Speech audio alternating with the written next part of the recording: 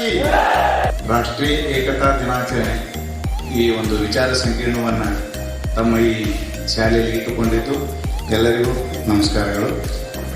ಭಾರತ ಇವತ್ತು ಏಕತಾ ದಿನಾಚರಣೆಯನ್ನು ಆಚರಿಸಲು ಅತ್ಯಂತ ಅವಶ್ಯವಾದಂಥ ಒಂದು ಸಂದರ್ಭ ಅಂತ ನಾವು ಭಾವಿಸಿರ್ತೀವಿ. ಯಾಕಂದರೆ ಸುತ್ತಮುತ್ತಲಿನ ರಾಷ್ಟ್ರಗಳು ಸಾಕಷ್ಟು ನಮ್ಮನ್ನು ಕಿರುಕರಿಯನ್ನು ಅನುಭವಿಸುವಂಥ ಸಂದರ್ಭದಲ್ಲಿ ನಾವು ಏಕತೆಯಿಂದ ದೇಶದ ರಕ್ಷಣೆಗೆ ಕಂಕಣಬದ್ಧರಾದರೆ ಮಾತ್ರ ನಮ್ಮ ದೇಶದ ರಕ್ಷಣೆಯ ಜೊತೆಗೆ ಅಭಿವೃದ್ಧಿಯನ್ನು ಪಡಿಸಲಿಕ್ಕೆ ಸಾಧ್ಯ ಇದೆ.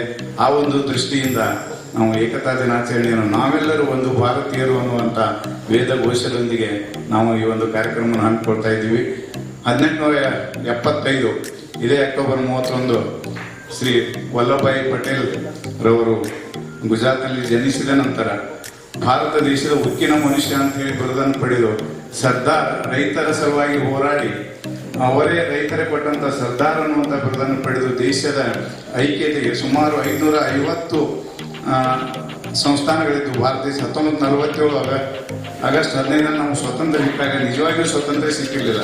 ಯಾಕಂದರೆ ಸುಮಾರು 550 ಸಂಸ್ಥಾನಗಳು, ರಾಜ್ಯಗಳು ಸ್ವತಂತ್ರವಾಗಿ, ಫಾರ್ ಎಕ್ಸಾಂಪಲ್ ಮೈಸೂರು ಆಗಿರ್ಬೋದು, ಹೈದರಾಬಾದ್ ಆಗಿರ್ಬೋದು, ಇಂಥ ಎಲ್ಲ ರಾಜ್ಯಗಳು ಇನ್ನೂ ಸ್ವತಂತ್ರವಾಗಿದ್ದವು.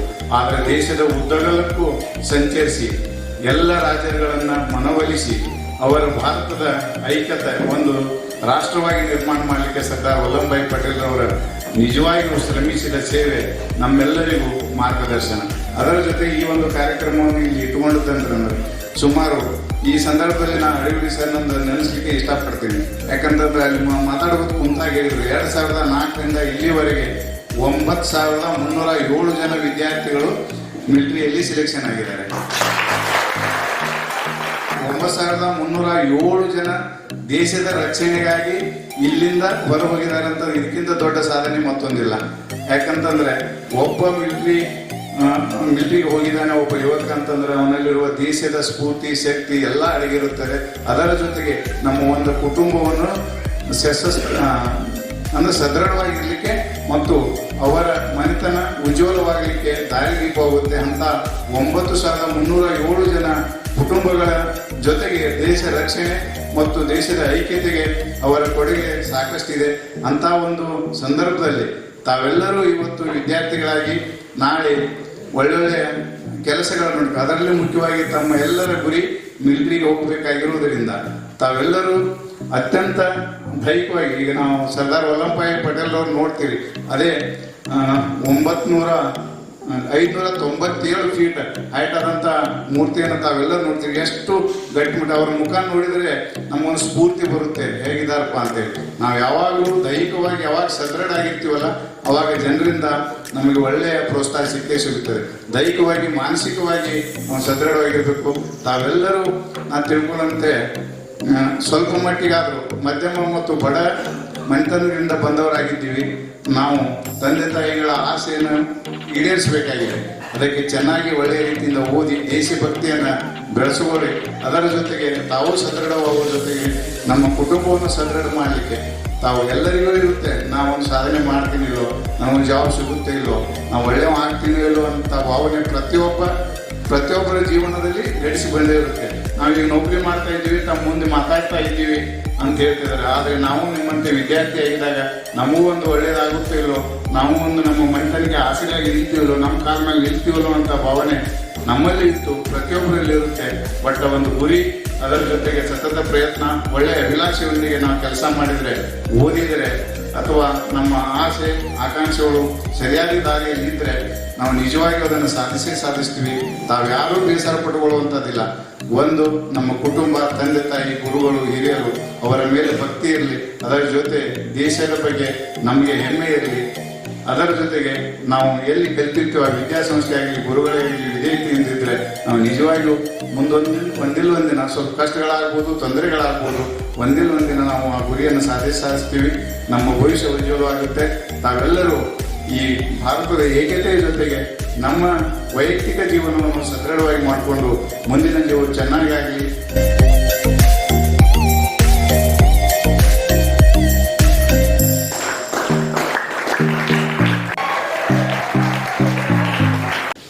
ಮೂಡಲಗಿ ಆರಾಧ್ಯ ದೈವ ಶ್ರೀ ಶಿವಬೋಧರಂಗರನ್ನ ಭಕ್ತಿಯಿಂದ ನೆನೆಯುತ್ತಾ ಇವತ್ತು ಶ್ರೀ ಮಂಜುನಾಥ್ ಶಿಕ್ಷಣ ಸಂಸ್ಥೆಯಲ್ಲಿ ಪೊಲೀಸ್ ಇಲಾಖೆಯ ವತಿಯಿಂದ ಏಕತಾ ಒಂದು ಸಮಾರಂಭ ಜರುಗ್ತಾ ಇದೆ.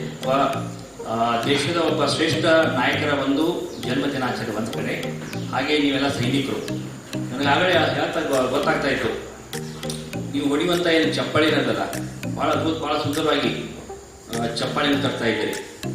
ಖುಷಿ ಇಲ್ಲಿಲ್ಲ, ಎಷ್ಟು ಜನ ಕೂಡಿದ್ರಿ, ಎಷ್ಟು ಯುವಕರು ಸೇರಿದಿರಿ, ಬೇರೆ ಬೇರೆ ಕಡೆಯಿಂದ ಬಂದಿದ್ದೀರಿ. ನೀವು ಯಾರೋ ಬೇರೆ ಜಿಲ್ಲಾದಿಂದ ಬಂದಿದ್ದೀರಿ, ಬೇರೆ ರಾಜ್ಯದಿಂದ ಬಂದಿದ್ದೀರಿ, ಬೇರೆ ಹಳ್ಳಿಯಿಂದ ಬಂದಿದ್ದೀರಿ, ಬೇರೆ ಬೇರೆ ಭಾಷೆಗಳನ್ನು ಮಾತಾಡ್ತೀರಿ. ನೀವೆಲ್ಲ ಬೇರೆ ಬೇರೆ ಜಾತಿಗಳದ, ಬೇರೆ ಬೇರೆ ಧರ್ಮಗಳದ, ಎಲ್ಲರೂ ಒಂದು ಕಡೆ ಕೂತಿದ್ದೀರಿ. ಎಲ್ಲ ಇವತ್ತು ಮೂಡಲಗಿಯ ಮಂಜುನಾಥ ತರಬೇತಿ ಸಂಸ್ಥೆ ಪರವಾಗಿ ನೀವೆಲ್ಲ ಇವತ್ತು ಕೂತಿದ್ದೀರಿ. ನೀವು ಹೊಡೆಯುವಂಥ ಚಪ್ಪಾಳಿನದಲ್ಲ ಒಂದೇ ಸಫಲ ಕೇಳ್ತಾ ಇದೆ. ಬಹುಶಃ ನಿಮ್ಮ ಚಪ್ಪಾಳಿ ಬಹುಶಃ ನಮ್ಮ ಕಲ್ಮೇಶ್ವರ ಸರ್ಕಾರ ಹೋಗಿ ಕೊಡ್ತಿರ್ಬೋದು. ಅಷ್ಟೊಂದು ಪವರ್ಫುಲ್ ಆಗಿ ನೀವು ಬಹಳ ಸುಂದರವಾಗಿ ನೀವು ಚಪ್ಪಾಳಿ ಅಂತ ಹೇಳ್ತಾ ಇದ್ದೀರಿ. ಬಹುಶಃ ಇದಕ್ಕೆ ಏಕತೆ ಅಂತಾರೆ. ಎಲ್ಲರೂ ಸೇರಿ ಮಾಡುವಂಥ ಏನದಲ್ಲ, ಒಕ್ಕಟ್ಟಿನಿಂದ ಮಾಡುವಂಥದ್ದು, ಹೃದಯ ತುಂಬಿ ಮಾಡುವಂಥದ್ದು. ಎಷ್ಟು ಪ್ರೀತಿಯಿಂದ ಹೊಡಿತಾ ಇದ್ದೀರಿ ಚಪ್ಪಾಳಿನ, ಖುಷಿಯಾಗಿ ಹೊಡಿತಿದ್ದೀರಿಲ್ಲ, ಆನಂದಪೂರ್ವವಾಗಿ ಹೊಡಿತಿದ್ರೆ. ಸುಮ್ಮನೆ ಹೊಡಿಬೇಕಂತ ಏನಾಗಲ್ಲ, ಎದ್ದು ಹೋಗ್ಲಿಕ್ಕೆ ಹೊಡಿಕತ್ತೀರಿ, ಆದಷ್ಟು ಲೋಕ ಎದ್ದು ಹೋಗ್ಲಿಕ್ಕಂತ ಅಲ್ಲ. ಅದಕ್ಕಂದ್ರೆ ಯಾರು ಹೃದಯಪೂರ್ವವಾಗಿ ನಾವು ದೇಶವನ್ನು ಪ್ರೀತಿ ಮಾಡ್ತೀವಿ, ಯಾರು ಹೃದಯಪೂರ್ವವಾಗಿ ನೆಲವನ್ನು ಪ್ರೀತಿ ಮಾಡ್ತೀವಿ, ಯಾರು ಹೃದಯಪೂರ್ವಕವಾಗಿ ಭಾಷೆಯನ್ನು ಪ್ರೀತಿ ಮಾಡ್ತೀವಿ, ಯಾವ ಹೃದಯಪೂರ್ವಕವಾಗಿ ನಮ್ಮನ್ನ ಈ ಒಂದು ದೇಶದ ಇದು ಮಾಡ್ತೀವಲ್ಲ, ಅದು ನಿಜವಾದ ಒಂದು ಏಕತೆ ಅಂತ ಹೇಳ್ತಾರೆ, ಭಾವೈಕ್ಯತೆ ಹೇಳ್ತಾರೆ, ದೇಶಾಭಿಮಾನ ಅಂತ ಹೇಳ್ತಾರೆ. ಅವಾಗ ಬಹಳಷ್ಟು ಸಂಸ್ಥಾನಗಳು ಅವರ ಒಂದು ಮಾತಿಗೆ ಬೆಲೆ ಕೊಟ್ಟು ಎಲ್ಲ ಸಂಸ್ಥಾನಗಳು, ಜಮಖಂಡಿ ಸಂಸ್ಥಾನ ಇರ್ಬೋದು, ಮೈಸೂರು ಸಂಸ್ಥಾನ ಇರ್ಬೋದು, ಹೈದರಾಬಾದ್ ಸಂಸ್ಥಾನವನ್ನು ಹೊರತುಪಡಿಸಿ ಎಲ್ಲ ಸಂಸ್ಥಾನಗಳು ಭಾರತದ ಸರ್ಕಾರದಲ್ಲಿ ಆಡಳಿತಕ್ಕೆ ಒಳಪಟ್ಟು ಒಂದು ವೇಳೆ ಆ ಸಂಸ್ಥಾನಗಳು ಒಪ್ಪದೇ ಇದ್ರೆ ಭಾರತದ ಪರಿಸ್ಥಿತಿ ಯಾವ ರೀತಿ ಇರ್ತಿತ್ತು? ನಾವೆಲ್ಲ ಕಚ್ಚಾಡಿ ಈ ಸಣ್ಣ ಸಣ್ಣ ದೇಶಗಳಿದಾವಲ್ಲ, ಅದಕ್ಕಿಂತ ಹತ್ತಾಗಿ ಹೋಗ್ಬಿಡ್ತಿದ್ವಿ. ಭಾರತ ಛಿದ್ರ ಆಗಿ ಹೋಗ್ತಿದ್ವಿ. ಸ್ವತಂತ್ರ ಬಂದಿತ್ತು, ಪ್ರಯೋಜನಕ್ಕೆ ಆಗದೇ ಇರುವಂಥ ಪರಿಸ್ಥಿತಿ. ಸ್ವತಂತ್ರದ ಹೋರಾಟದ ಒಂದು ಯಶೋಗಾದೆ. ಆದರೆ ಸ್ವತಂತ್ರ ನಂತರದ ಒಂದು ಚರಿತ್ರೆ ಅದು ಬಹಳ ಒಂದು ಆಶ್ಚರ್ಯಕರ ರೀತಿಯಲ್ಲಿ ಅದನ್ನು ಒಗ್ಗೂಡಿಸ್ಬೇಕಾದಂಥ ಜವಾಬ್ದಾರಿ ಸರ್ದಾರ್ ವಲ್ಲಭಭಾಯಿ ಪಟೇಲ್ ಮೇಲೆ ಬಿದ್ದಾಗ ಅವುಗಳೆಲ್ಲ ಮನವೊಲಿಸಿ ಒಕ್ಕೂಟಕ್ಕೆ ಸೇರಿಸಿಕೊಂಡು ಅಂಬೇಡ್ಕರ್ ಅವರ ಸಲಹೆ ಮೇರೆಗೆ ಸರ್ದಾರ್ ವಲ್ಲಭಭಾಯಿ ಪಟೇಲರು ಪೊಲೀಸ್ ಕಾರ್ಯಾಚರಣೆ ಅಂತೇಳಿ ಹೆಸರಿನಲ್ಲಿ ಸೈನಿಕರನ್ನ ಹೈದರಾಬಾದ್ ನವಾಬನ ಮೇಲೆ ದಾಳಿ ಮಾಡಿದಾಗ ಸೆಪ್ಟೆಂಬರ್ 17, 1948ರಲ್ಲಿ ಹೈದರಾಬಾದ್ ಪ್ರದೇಶವನ್ನ ಭಾರತದ ಒಕ್ಕೂಟದಲ್ಲಿ ವಶಪಡಿಸಿಕೊಳ್ಳುವಂತ ಒಂದು ನಿರ್ಣಯ ಮಾಡಿದಾಗ ಅವಾಗ ನವಾಬ ಸೋತು ಶರಣಾಗಿ ಹೈದರಾಬಾದ್ ಒಕ್ಕೂಟವನ್ನ ಭಾರತದ ಇದರಲ್ಲಿ ಸೇರಿಸಿದ. ಇಷ್ಟೆಲ್ಲ ಸೇರಿಸಲಿಕ್ಕೆ ಕಾರಣೀಕರ್ತರಂತ ಸರ್ದಾರ್ ವಲ್ಲಭಭಾಯಿ ಪಟೇಲ್ನ 1948ರಲ್ಲಿ ಹೈದರಾಬಾದ್ನಲ್ಲಿ ನಿಜವಾಗಿ ಸ್ವತಂತ್ರ ಸಿಕ್ಕಿದ್ದು 1948 ಸೆಪ್ಟೆಂಬರ್ 17ರಂದು ಅವರು ಒಂದು ಗಣರಾಜ್ಯವಾಗಿ ಸ್ವತಂತ್ರೋತ್ಸವವಾಗಿ ಆಚರಣೆ ಮಾಡ್ತಾರೆ. ಅದಕ್ಕೋಸ್ಕರ ಅವರಿಗೆ ಇಷ್ಟೆಲ್ಲ ಒಂದು ಕಠಿಣ ನಿರ್ಧಾರಗಳನ್ನು ತೆಗೆದುಕೊಂಡಿದ್ದಕ್ಕೆ ಅವರಿಗೆ ಉಕ್ಕಿನ ಮನುಷ್ಯ ಅಂತೇಳಿ ನಾವು ಕರೀತಾ ಇದ್ದೀವಿ. ಸೈನಿಕರಾಗಲಿಕ್ಕೆ ಹೋಗುವಂಥ ನಿಯಮಗಳು ಯಾವುದೇ ಕಾರಣಕ್ಕೂ ಯಾವುದೇ ಒಂದು ಆಶೆಗಳಿಗೋಸ್ಕರ ಇಡೀ ದೇಶದ ಭದ್ರತೆಯ ಬಗ್ಗೆ ಯಾವುದೇ ಕಾರಣಕ್ಕೂ ಮಾಹಿತಿಯನ್ನು ಲೀಕ್ಔಟ್ ಮಾಡಲಿಕ್ಕೆ ಅವಕಾಶ ಮಾಡಿಕೊಡಕ್ಕೆ ಹೋಗಬೇಡಿ. ಯಾಕಂದರೆ ಸಣ್ಣ ಒಂದು ಮಾಹಿತಿ ಏನಾಗ್ತದೆ ಅಂತಂದರೆ ದೊಡ್ಡ ದೊಡ್ಡ ಅನಾಹುತಗಳಿಗೆ ನೀವಾಗಿರ್ಬೋದು ಅಥವಾ ನಿಮ್ಮ ಸಹೋದ್ಯೋಗಿ ಮಿತ್ರರಾದಂಥ ಇನ್ನಿತರ ಸೈನಿಕರ ಜೀವಕ್ಕೆ ಅಪಾಯ ತರುವಂಥದ್ದಾಗಲಿ ಅಥವಾ ದೇಶದ ಭದ್ರತೆಗೆ ಅಪಾಯ ತರುವಂಥ ಒಂದು ಇದು ಆಗ್ತಾ ಇರೋದ್ರಿಂದ ಈ ಒಂದು ಏಕತೆಯನ್ನು ನಾವು ದೇಶ ಬಂದಾಗ ಎಲ್ಲ ಶೂನ್ಯ, ದೇಶ ಒಂದೇ ಅನ್ನುವಂಥ ಮನೋಭಾವನೆ ನಮ್ಮಲ್ಲಿ ಬೆಳಿಬೇಕು ಅನ್ನುವಂಥ ಉದ್ದೇಶ ಈ ಒಂದು ಕಾರ್ಯಕ್ರಮದ ಉದ್ದೇಶ ಇದೆ. ಅದನ್ನು ಅಳವಡಿಸ್ಕೊಳ್ರಿ. ದೇಶಕ್ಕೆ ಯಾವುದೇ ಕಾರಣಕ್ಕೂ ನಾವು ಮೋಸ ಮಾಡುವಂಥದ್ದನ್ನು ಪ್ರವೃತ್ತಿ ಬಿಟ್ಟು ದೇಶಕ್ಕೋಸ್ಕರ ನಾವು ಪ್ರತಿಯೊಂದು ವಿಷಯದಲ್ಲೂ ನಿಸ್ವಾರ್ಥತೆಯಿಂದ ದೇಶದ ಒಳಗಡೆನೂ ಸಹಿತ, ದೇಶ ಗಡಿ ಒಂದೇ ಅಲ್ಲ, ದೇಶದ ಒಳಗಡೆನೂ ಸಹಿತ ನಾವು ನಿಸ್ವಾರ್ಥವಾಗಿ ಸೇವೆ ಮಾಡ್ತಾ ಇದ್ರೆ ಅದೇ ನಾವು ದೇಶಕ್ಕೆ ಕೊಡುವಂಥ ಕೊಡುಗೆ. ಯಾಕಂದರೆ ನಾವು ದೇಶ ಏನು ಕೊಟ್ಟಿದೆ ಅನ್ನೋದಕ್ಕಿಂತ ದೇಶಕ್ಕೆ ನಾವು ಏನು ಕೊಟ್ಟಿದ್ದೀವಿ ಅನ್ನೋದು ಮುಖ್ಯ, ಸಮಾಜಕ್ಕೆ ನಾವೇನು ಕೊಟ್ಟಿದ್ದೀವಿ ಅನ್ನೋದು ಮುಖ್ಯ. ಇಲ್ಲಿ ನಮಗೇನು ಕೊಡ್ತು ದೇಶ, ನಮಗೇನು ಸವಲತ್ತು ಕೊಡ್ತು, ನಮಗೇನು ಪಿಂಚಣಿ ಕೊಡ್ತು ಅನ್ನುವಂಥ ಮನೋಭಾವನೆಗಳು ನಮ್ಮಲ್ಲಿ ಜಾಸ್ತಿ ಆಗಿದ್ದಾವೆ.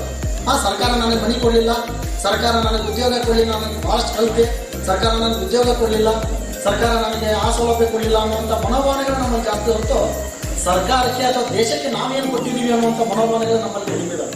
ಅದಕ್ಕೋಸ್ಕರ ದೇಶದ ವಿಷಯ ಬಂದಾಗ ನನ್ನ ಮನೆ, ನನ್ನ ಸಮಾಜ, ನನ್ನ ಊರು, ನನ್ನ ಜಾತಿ, ನನ್ನ ಧರ್ಮ ಇವು ಎಲ್ಲದಕ್ಕೂ ಮಿಗಿಲಾಗಿದ್ದು ಮೊದಲು ದೇಶ, ನಂತರ ನಾವು.